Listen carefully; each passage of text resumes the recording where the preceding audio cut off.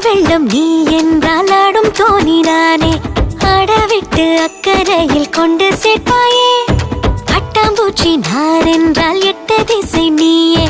எந்த பக்கம் போனால் என்ன நீதான் நிப்பா.